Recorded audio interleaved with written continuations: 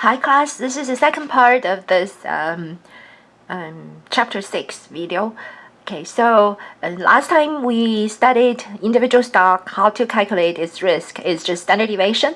So if we have a portfolio with two stocks, when we calculate the portfolio standard deviation, we have to consider the correlations.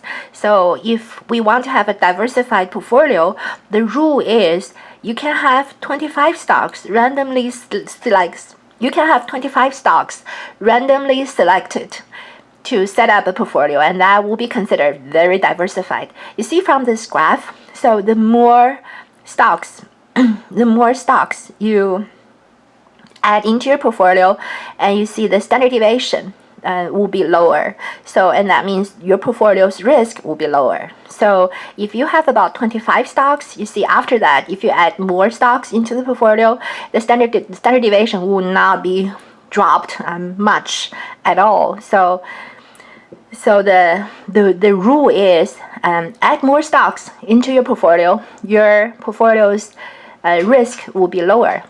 But however, after you add certain numbers of stocks, like 25 stocks, and that's all, you want it to be more diversified, you cannot do so. Why is that? Because whatever you do, stock market is risky. It's called market risk you have to face. Like there's a recession, all of the stocks in the market will be fall simultaneously. So it's called market risk. When Fed increase interest rate, and that will have a negative impact in the stock market. Stock market will be impacted badly by the increases in interest rate. So it's called market risk. So whatever you do, the macroeconomic and kind of market risk will still be there. Like inflation is high and no one wants to invest in the stock market, and companies don't want to expand, don't want to increase don't want to spend money in its projects that could make the company growing faster, and it won't happen. So there is a market risk. Whatever you do, you add more stock into it and into your portfolio, market risk is persistent. So examples of market risk, it's also called systematic risk, are like inflation and recession, or for example, and there's a global war, so it has some impact in the stock market. But for example, if there is a hurricane coming in Jacksonville area, and so it's not market risk, it's called idiosyncratic risk, or firm-specific risk, or regional risk. So it's not has an influence of the whole market. So that would be not considered as examples for market risk. So there's a difference between market risk or systematic risk and idiosyncratic risk or firm-specific risk. Firm-specific risk are these. Idiosyncratic risk are these, like has been diversified away. But systematic risk or market risk will stay. Whatever you do, stock market is risky because of market risk. But what you can do, you can set up a diversified portfolio to eliminate those idiosyncratic risk. Okay, so this is but once we do this, now we have diversified portfolio, then we don't care about standard deviation as a measure for risk anymore, and we have another measure for risk. It's called beta. Beta is the measure of risk because it shows the sensitivity of the stock to the whole market. The whole market is risky, right? And then so if the stock like Amazon is more sensitive to the market risk, so it will respond more volatility, more volatile. It's more volatile in responding to the market risk. So its beta should be higher. The volatility of Amazon, if it's riskier and its beta is high, its volatility will be higher as compared to like Walmart. Walmart beta will be lower because it's considered safer stock. It's less sensitive to like the informations or to the risk or to the news that's hitting the market. Okay, you can find the beta from finance.yahoo.com or Google Finance. For example, you can go to finance.yahoo.com, and you can find, like, for example, Amazon. So, and you can find Amazon's beta.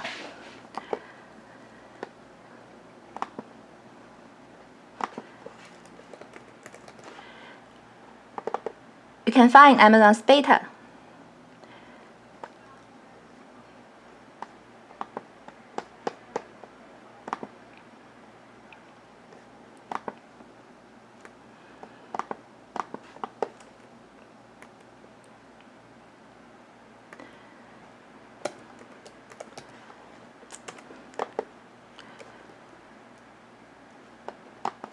Sorry, it was slow.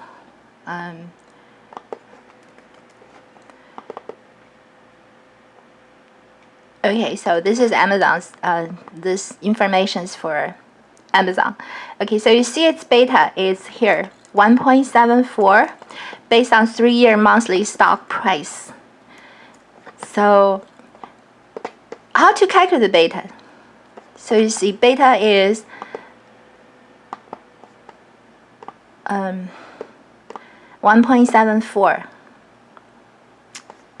Sorry. Anyhow, so you can find it, beta 1.74 for Amazon. Now, how to calculate it? Let me show you. The math equation to get the beta is here.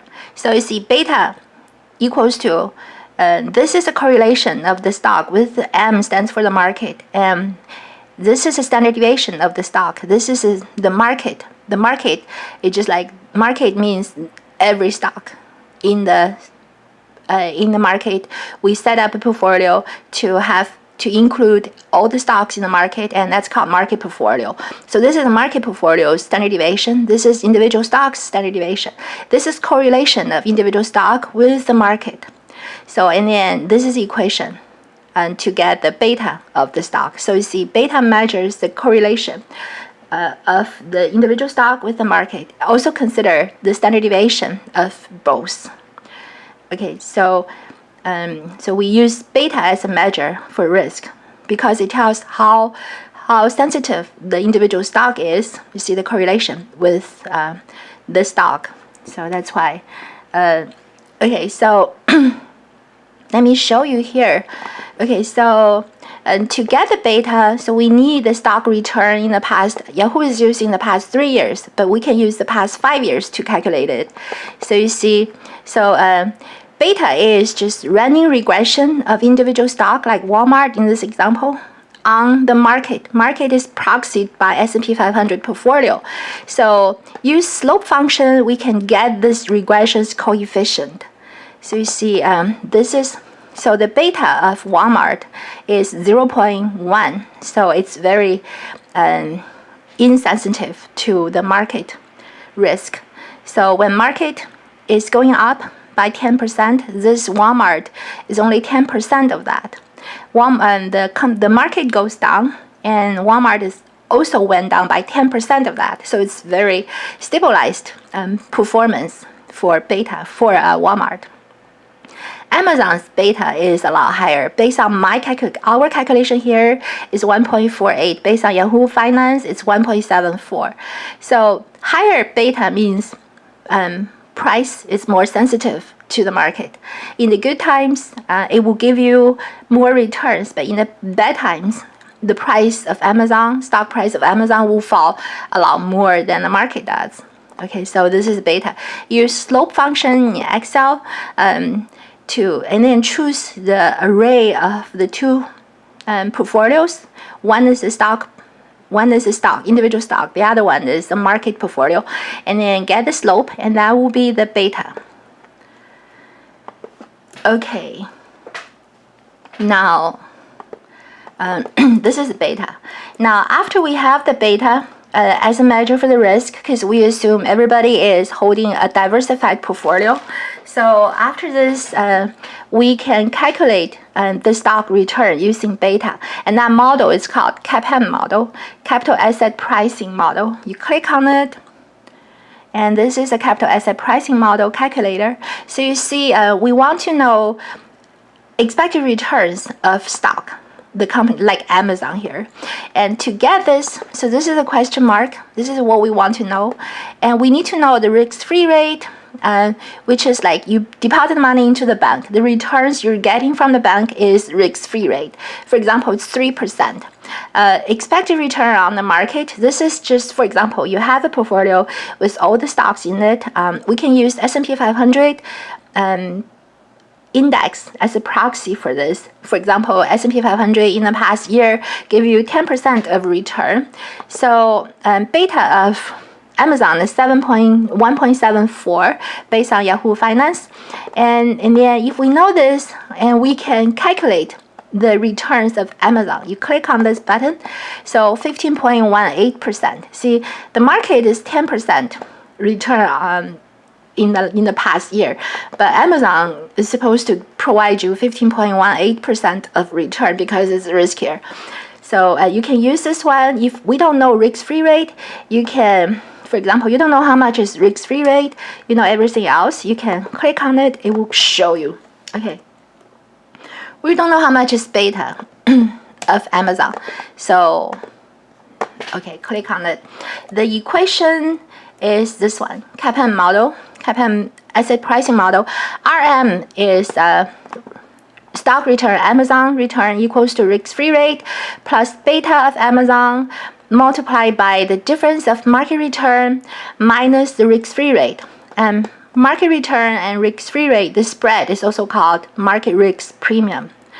Okay, so this is CAPM model. So we can use CAPM model to calculate the stock return.